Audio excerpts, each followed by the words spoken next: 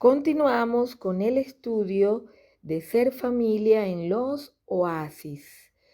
Continuamos con el séptimo mandamiento y estamos impresionados porque normalmente las visualizaciones de nuestros humildes audios de formación, videos de enlace, es de 70, 80 visualizaciones o incluso 100 porque tenemos un grupo compacto, pequeño, de personas que se forman en los oasis, pero impresionados como ya va por más de 200 visualizaciones.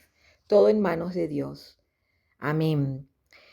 Nos habíamos quedado en el séptimo mandamiento, en el numeral 2411, y habíamos estado examinando acerca de los 3 principios que tienen que ver con el respeto de los bienes ajenos, como son la justicia conmutativa, la justicia distributiva y la justicia legal.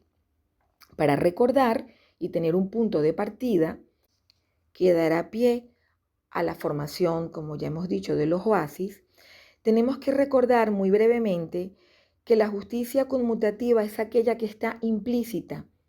Puede estar explícita, es decir, puede estar declarada de manera escrita, de manera verbal, pero aunque no lo esté, está dentro del mismo principio de todo contrato, como es el derecho de que toda persona de los intervinientes en un contrato debe ser tratada como gustaría a ella misma ser tratada.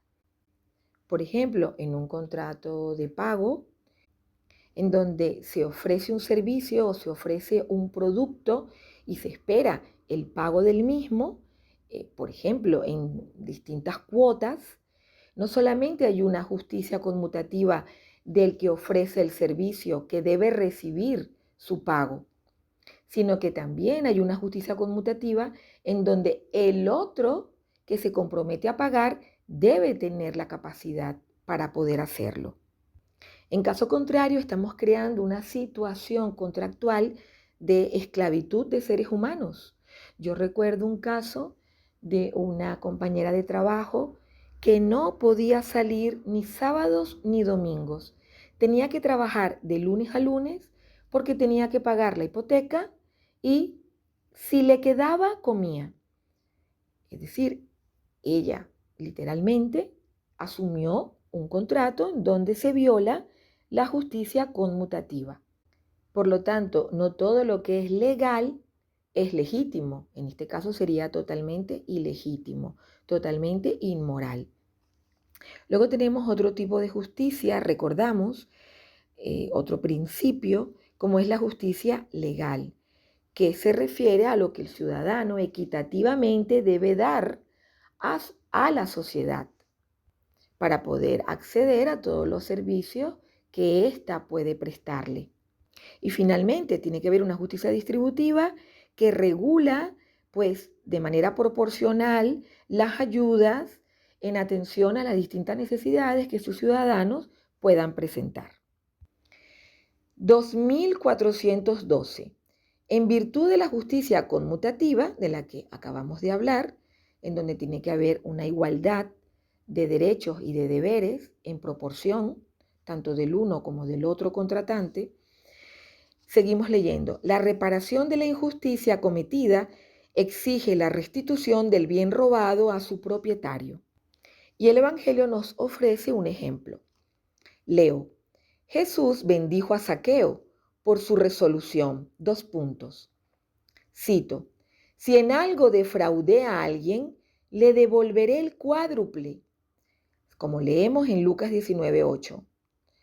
Los que de manera directa o indirecta se han apoderado de un bien ajeno están obligados a restituirlo o a devolver el equivalente en naturaleza o en especie si la cosa robada ha desaparecido, así como los frutos y beneficios que su propietario hubiera obtenido legítimamente de ese bien. Están igualmente obligados a restituir, en proporción a su responsabilidad y al beneficio obtenido, todos los que han participado de alguna manera en el robo o que se han aprovechado de él, a sabiendas. Por ejemplo, quienes lo hayan ordenado o hayan ayudado o lo hayan encubierto. Pues aquí podemos recordar también las palabras del libro de sabiduría que habla que las palabras de Dios son una espada que corta, filosa y que entra hasta el corazón de la persona. Pues aquí vemos cómo se cumple esta palabra del Evangelio, cómo esta realidad corta, penetra y dice plenamente la verdad. Y algo a destacar sobre todo lo que hemos leído, porque son muchísimos los puntos, como el epígrafe que dice que se debe restituir lo robado o devolver el equivalente en naturaleza o en especie si la cosa hubiera desaparecido. Es decir, si yo robé una piedra y todavía tengo la piedra, lo correcto es devolver la misma. Pero si esta piedra ya deja de existir, yo tengo que encontrar algo equivalente en especie, que ya esto obviamente ya no es canela ni es mirra, sino que es, por ejemplo, en dinero. Es decir, aquel objeto, aquel material de valor que pueda ser proporcional a lo robado. Entonces, ¿qué decir de aquel propietario que alquila su piso con un sobrealquiler, sabiendo que el inquilino no puede pagar? Pero también aquel inquilino que acepta un tipo de arriendo que sabe que no puede pagar. Entonces, vean cómo hay un equilibrio y cómo hay una justicia conmutativa tanto en uno como en otro. ¿Quién lo puede observar? Dios.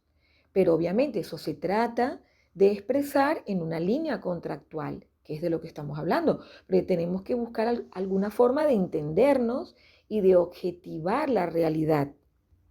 ¿Qué no decir del caso de las leyes que aprueban la expropiación? Es un robo a la propiedad privada. El que la persona tiene mucho dinero, vamos a ver, es que allí también hay una justicia distributiva, donde el Estado de manera ordenada tiene el deber de auxiliar a aquellas personas que no puedan pagar un alquiler. Estamos poniendo un ejemplo. Lo que no puede haber es un caos, una anarquía, en donde la orden sea exprópiase, porque eso sería propio de los regímenes dictatoriales comunistas. Y para seguirle dando pues un viso de sobrenaturalidad a esta explicación, ¿cómo devolver en especie aquel bien robado que ha desaparecido y que tiene que ver con la inocencia?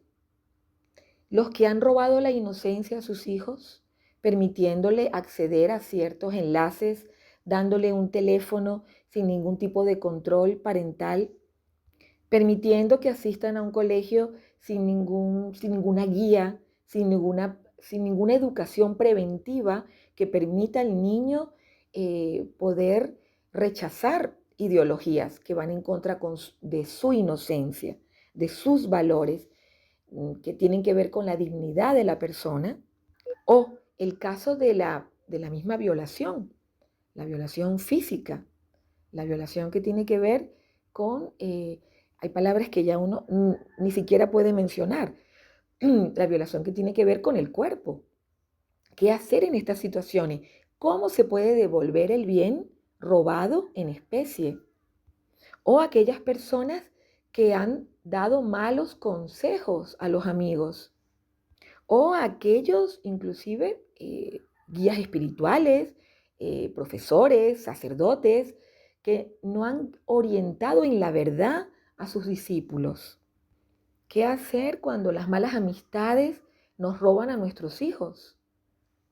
Y se introduce en ellos la perspicacia de la maldad, una maldad que sabemos que es originaria en todo ser humano, pero que también hay una época para introducir ciertos temas y que no pueden ser vistos por adelantado, y menos por personas inapropiadas, que ni siquiera tienen la formación temática respectiva. ¿Qué hacer cuando estas malas amistades, estos malos consejos, este falso compañerismo, quizás llamado compinche, que otra cosa, le roba la libertad a nuestros hijos, a nuestros amigos, y finalmente termina robando a Cristo? Pues ahí la única forma de devolver en especie el bien robado es Cristo mismo. Él se ofrece en sacrificio para devolver esa inocencia perdida a ese chico, a ese niño, a esa niña, a esa adolescente, a esa mujer maltratada, a esa persona a la que le han robado lo más grande, su inocencia, su respeto por sí misma, su dignidad en su cuerpo, en su alma, en su espíritu. Cristo mismo sacrificado, aquel mismo que fue ultrajado, aquel mismo que está en la cruz, él mismo se ofrece en especie para resarcir todo ese daño.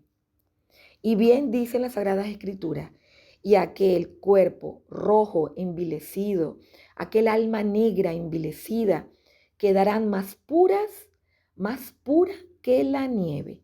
Y nosotros desde el Proyecto Ser Familia podemos dar fe de ello, como situaciones de una tragedia gigantesca a nivel humano, como esa persona de cualquier edad, ¿ah?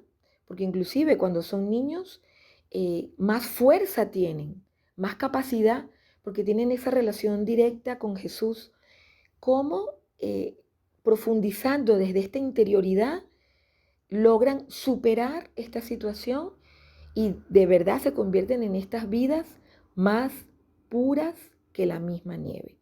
Es así, podemos dar testimonio de ello. Y luego el resto de las situaciones en donde eh, hemos sido nosotros mismos, por ejemplo, quienes hemos hecho este acto de dar mal consejo, de abandonar a nuestros hijos eh, al mundo, porque básicamente viene siendo eso, de abandonarlo al mundo, pues el pedir perdón. El pedir perdón con una verdadera iluminación de conciencia, pidiendo esta luz al Señor para que nos dé un verdadero acto de arrepentimiento perfecto y perdonarnos a nosotros mismos para poder seguir adelante. Porque de esto se trata, de que todos podamos llegar al cielo. Eh, Debemos buscar la santidad, pero sabemos que somos todos pecadores. 2413. Los juegos de azar, o en este caso pudiéramos llamar de cartas, etcétera, entre otros, no son en sí mismos contrarios a la justicia. Por supuesto, porque estamos hablando de un simple juego, pero cuando eso se eleva a otras categorías, los juegos del hambre, los juegos en donde hay retos y se pone retos por distintas redes sociales, en donde se pone en riesgo la misma vida y en donde se han perdido miles de vidas en estas apuestas, en estos retos, juegos en donde se juega, valga la redundancia, con la dignidad del ser humano. Sigo leyendo. No obstante, aunque en líneas generales se diga que un juego no va contrario a la moral, no obstante resulta moralmente inaceptable cuando privan a la persona de lo que le es necesario para atender sus necesidades o atender a los demás. La pasión del juego corre peligro de convertirse en una grave servidumbre. Apostar injustamente o hacer trampas en los juegos constituye una materia grave, a no ser que el daño infligido sea tan leve que quien lo padece no pueda razonablemente considerarlo significativo. Por ejemplo, aposté 10 euros, vale, pero es que sabemos que los juegos van creando una adicción. Entonces la persona nunca va a reconocer que es significativo. Y esto puede llevar, por ejemplo, a temas como la embriaguez, el alcoholismo, la misma prostitución. Es decir, podemos elevar todo esto que parece simplemente económico a otros niveles. No, no hay ningún problema. Hoy estoy con uno, mañana estoy con otro. No, no pasa nada. Le vamos restando importancia Y sí tiene importancia, porque estamos poniendo en juego nuestra dignidad como personas. Dios nos ha hecho seres únicos, seres para ser felices, no para vivir de esta manera degradada. 2414. El séptimo mandamiento proscribe los actos o empresas que, por una u otra razón egoísta o ideológica, o mercantil, o totalitaria, conducen a esclavizar seres humanos, conducen a menospreciar su dignidad personal, ideologías que conducen a comprar personas, a venderlos, a cambiarlos como mercancía. Esto es un pecado gravísimo contra la dignidad de las personas y sus derechos fundamentales. Significa reducir estos derechos fundamentales por la violencia a la condición de objeto de consumo, fuente de beneficio o, lo que es peor, objeto de placer. San Pablo en el Evangelio exhorta, exige que en aquella época que había esclavitud, cada amo tratase a su esclavo no como esclavo, sino como persona libre. Y es que Jesús libera de toda esclavitud. 2415. El respeto de la integridad de la creación. El séptimo mandamiento exige el respeto de la integridad de la creación. Los animales, como las plantas y los seres inanimados, como pueden ser los planetas, las estrellas, están naturalmente destinados al bien común de la humanidad, pasada, presente y futura. El uso de los recursos minerales, vegetales y animales del universo no pueden ser separados del respeto a las exigencias morales, porque es que el ser humano está en la cima, y si está en la cima de toda esta cadena de seres vivos, no es solo para dominar, sino es para hacer el bien, es para administrar en el bien y en la justicia. Sigo leyendo. El dominio concedido por el Creador al hombre sobre los seres inanimados y los seres vivos no es absoluto. Es decir, está determinado a unas leyes, leyes morales, leyes naturales. Esto es, está regulado por el cuidado de la calidad de vida del prójimo, incluyendo la de las generaciones venideras. Exige un respeto religioso de la integridad de la creación. 2416. Los animales son criaturas de Dios, que los rodea de su solicitud providencial. O sea, Dios rodea, Dios cuida también con su providencia a estos seres vivos. Solo por su simple existencia ya están cuidados por Dios. Ya por su simple estar y existir, ya bendicen y glorían a Dios. Por esta razón, al hombre se le exige un nivel más elevado, que es el nivel de la espiritualidad, que llega al momento en el mundo católico, que es el nivel sacramental. Pero, ¿qué queremos decir? No podemos comportarnos como plantas y como animales.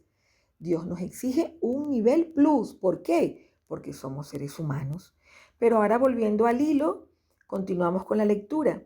También los hombres, por esta razón anterior, que por su sola existencia de los animales y las plantas, los seres humanos le deben respeto y aprecio. Recuérdese con qué delicadeza San Francisco de Asís y San Felipe Neri trataban a la creación. 2417.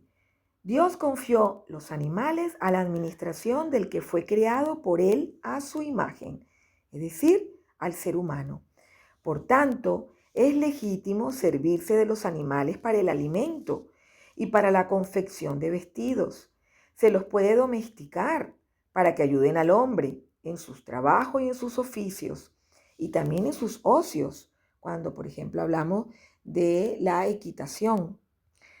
Los experimentos médicos y científicos en animales, si se mantienen en límites razonables, son prácticas moralmente aceptables, pues contribuyen a cuidar o a salvar vidas humanas.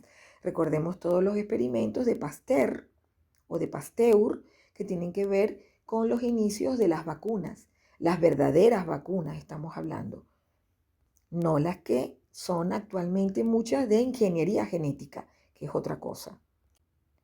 Y más bien como hay una práctica en la religión judía, inclusive antes de eh, matar a los animales que van a consumir, hasta elevan una oración y tratan de hacerlo sin dolor, sin causarles daño. Entonces jamás tratar a estos seres vivos, a estos animales, con alevosía, con maldad. 2418. Es contrario a la dignidad humana hacer sufrir inútilmente a los animales y sacrificar sin necesidad sus vidas. Es también indigno invertir en ellos sumas que deberían remediar más bien la miseria de los hombres. Se puede amar a los animales, pero no se puede desviar hacia ellos el afecto debido únicamente a los seres humanos. Es decir, no se puede tratar a un animal como un ser humano. No se puede tratar a un animal como un bebé, que es lo que está creando la sociedad, que en el fondo viene siendo alimentada esta creencia por una ideología animalista que evita que los seres humanos tengan hijos y en lugar de ello tengan perros, tengan gatos, tengan loros. En el fondo es una ideología. ¿Por qué? Porque busca hacer daño al ser humano. Toda ideología busca hacer daño al ser humano. ¿Por qué? Porque reside todo su poder en el beneficio de una cúpula. Y una cúpula que busca su propia ganancia, en donde los adoctrinan a los demás como instrumentos de cambio, como objetos de mercancía, para lograr su propio placer y su propio beneficio. 2419. Propiamente, estos numerales son de la doctrina social de la Iglesia. La revelación cristiana nos conduce a una comprensión más profunda de las leyes de la vida social. La Iglesia, y así lo aceptamos por fe, recibe del Evangelio la plena revelación de la verdad del hombre. Por lo tanto, cuando la Iglesia, que es su deber constante, cumple su misión, como es la de anunciar el Evangelio, está cumpliendo con el compromiso de enseñar al hombre en nombre de Cristo, de enseñar al ser humano en nombre de Cristo. Por lo tanto, enseña su dignidad propia, enseña la vocación a la que es llamado cada ser humano, como es la vocación a la comunión entre nosotros mismos, entre las personas. Y la Iglesia, a través de su santo evangelio, descubre las exigencias de la justicia, de la paz, conformes a la sabiduría divina. Es decir, no es nunca ideología la enseñanza bíblica, sino al contrario, es enseñanza de la verdad, porque la palabra es Cristo y el Verbo se hizo carne. Y la palabra es el evangelio, que tiene su configuración plena en Cristo, que Cristo por su palabra también nos confirmó todas las enseñanzas del Antiguo Testamento y de él salió el Nuevo Testamento. 2420. La Iglesia expresa un juicio moral en materia económica y social cuando lo exigen los derechos fundamentales de la persona o cuando lo exige la salvación de las almas. Es decir, no habla por un interés propio, habla porque tiene como finalidad plena que esa alma se salve y cuando ve que corre peligro, le habla, le comunica todas estas enseñanzas en una educación preventiva, lo previene de la perdición eterna. En el orden de la moralidad, la Iglesia ejerce una misión distinta de la que ejercen las autoridades políticas. La Iglesia se ocupa de Dios en los aspectos también temporales de la vida común, a causa de que la vida en atención a Cristo, debe estar siempre ordenada a un bien superior, a un bien supremo, que es el bien mismo, el bien supremo, nuestro fin último. Por lo tanto, la Iglesia, con esta doctrina social, se esfuerza por inspirar las actitudes justas en el uso de los bienes terrenos y en las relaciones socioeconómicas. 2421. La doctrina social de la Iglesia se desarrolló en el siglo XIX. Estamos hablando de 1800. En este tiempo se produce el encuentro entre el Evangelio y la sociedad industrial moderna. Sus nuevas estructuras para la producción de bienes de consumo, su nueva concepción de la sociedad, una nueva concepción del Estado y de la autoridad, nuevas formas de trabajo y de propiedad. El desarrollo de la doctrina de la Iglesia en materia económica y social da testimonio del valor permanente de la enseñanza de la Iglesia, al mismo tiempo que del sentido verdadero de su tradición siempre viva y activa.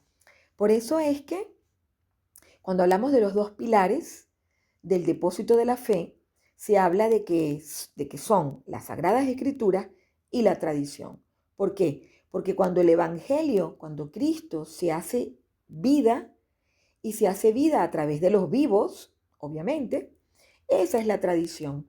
Porque cuando seguimos el Evangelio en vida, se producen santos. Entonces se inserta santos y mártires también. Entonces se inserta la vida de Cristo en cada época. Entonces, como en esta época se insertó en medio de los conceptos de propiedad privada, sociedad industrial, todo se introdujo en esta nueva concepción mercantil y concepción económica, se introdujo la doctrina, se introdujo la teoría de las enseñanzas de Cristo, lo que se llama doctrina social de la Iglesia. Pero doctrina social de la Iglesia no es ideología. O sea, tenemos que tener mucho cuidado de no confundir esto, porque estamos proclamando a Cristo. La ideología, al contrario, la ideología es anticristo, o sea, se enfrenta a Cristo. Obsérvenlo, dense cuenta. Todas las ideologías, llámense como se llamen, de alguna forma se enfrentan con la verdad, se enfrentan con Él. Esta es una clave interesante para reconocerlo y sobre todo en nuestra época actual que es tan conflictiva y tan confusa en estos conceptos. 2422. La enseñanza social de la Iglesia contiene un cuerpo de doctrina que se articula a medida que la Iglesia interpreta los acontecimientos a lo largo de la historia, lo que acabamos de decir antes, a la luz del conjunto de la palabra revelada por Cristo Jesús y con la asistencia del Espíritu Santo. Esta enseñanza resultará tanto más aceptable para los seres humanos de buena voluntad cuanto más inspire la conducta de los fieles. Es decir, acabamos de comprobar cómo esta formación está guiada por Cristo, porque nosotros vamos leyendo y vamos explicando. No recordaba este artículo que venía a continuación. Entonces aprovechamos para dar gracias al Espíritu Santo que nos guía, nos inspira, nos defiende y al mismo tiempo también de la mano del Arcángel San Miguel que nos defiende de todo mal y de toda mala interpretación. Pues aprovecho para explicar un poco esta última parte. Muchas veces encontramos una gran resistencia a la palabra de Dios. Los oídos, como dicen aquí, rechinan o los oídos se tapan, no quieren escuchar y somos indóciles, por decirlo de alguna manera. No somos mansos a la palabra de Dios. Esto no significa esclavitud, sino que inclusive nos negamos, nos cerramos a utilizar la razón natural, digo. Y la razón muchas veces es guiada por nuestros propios intereses, por la mala formación, por la ignorancia también, es verdad. Pero aquí vamos al punto objetivo de lo último que hemos leído. Mientras más la sociedad esté formada en la enseñanza de Cristo, más la va a entender. ¿Con qué nos estamos encontrando? Con personas que tienen un cero conocimiento de la palabra de Dios y que cuando se encuentran con ella la quieren quemar y nos quieren asesinar, ¿no? Y claro, nosotros vamos contentos a la hoguera porque esta es la nueva Inquisición, ¿no? Tanto que se reniega y se critica de la Inquisición cuando era una institución política. La Inquisición no era solo religiosa. Es como decir, las ayudas económicas dadas por el ayuntamiento para hacerme explicar. Entonces, estaba el sector político, que era muchas veces el que dictaminaba quién moría y quién no. Vale. Entonces, ¿cómo hay una nueva Inquisición ahora? Que es la Inquisición de la ignorancia, ¿no? Querer eliminar lo que no entiendo, querer eliminar todo lo que todo lo que imprima sacrificio, todo lo que implique condenar todo aquello, asesinarlo inclusive, todo aquello que implique salir de mi zona de confort, ¿no? Y de ahí los mártires, miles de mártires están, están dando sus vidas por el Evangelio actualmente. También en nuestra sociedad hay muchos mártires en el silencio y otros tantos que también sufren por estas ideologías. Familias destrozadas por las ideologías, porque ahora es un odio de los sexos que se ha introducido dentro de la familia. El malvado comunismo cambió la teoría de la lucha de clases entre pobres y ricos, aunque también sigue, y ahora ha encontrado unos mejores antagonistas, hombre y mujer. Y lo que es peor, hombre contra sí mismo, mujer contra sí misma. Pues pongamos todos estos temas dichos en verdad y en justicia en manos de Dios, en manos de nuestro Jesús y Redentor, de la mano dulce y maternal de María, que nos ayude a entender estos temas, y también con esa espada punzante de San Miguel Arcángel, que Él logre también abolir todas aquellas inclinaciones a rechazar el bien, a rechazar la verdad y que nos permita esa mansedumbre hacia nuestro Señor Jesucristo, que es al que solo realmente debemos obedecer. Amén.